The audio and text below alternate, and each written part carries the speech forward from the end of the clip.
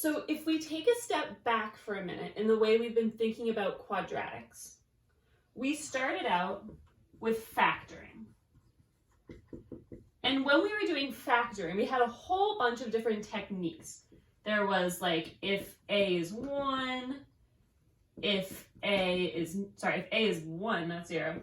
If A is not 1, like difference of squares, all those different techniques to get an equation in the form of this to be in a factored form.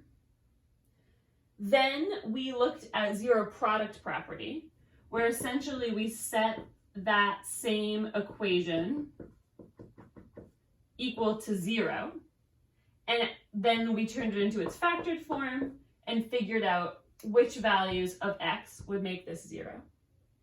Then we looked at graphs of quadratics and figured out the important points, how you can go from the equation to the graph. Now we are finally moving into the world of solving quadratic equations. All these things that have come before are still important and will help you solve. And today we're just using one technique, which is the square root technique. It's not super tough. It's the kind of thing you could probably figure out on your own, but it's a super important step to remember in our path of quadratic equations. I would say we're halfway through our path of quadratic equations. We've done the factoring, which is a big part of it. Now we're working into solving. We're going to come back to using factoring to solve. Yeah, and so this is cool because we're finally developing the full picture of why we've learned all this stuff.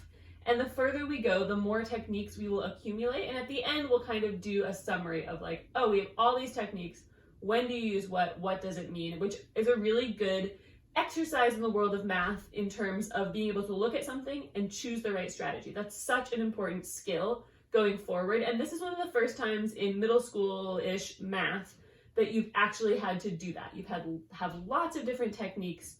You need to figure out the most efficient one to use. And so we'll be working on that too.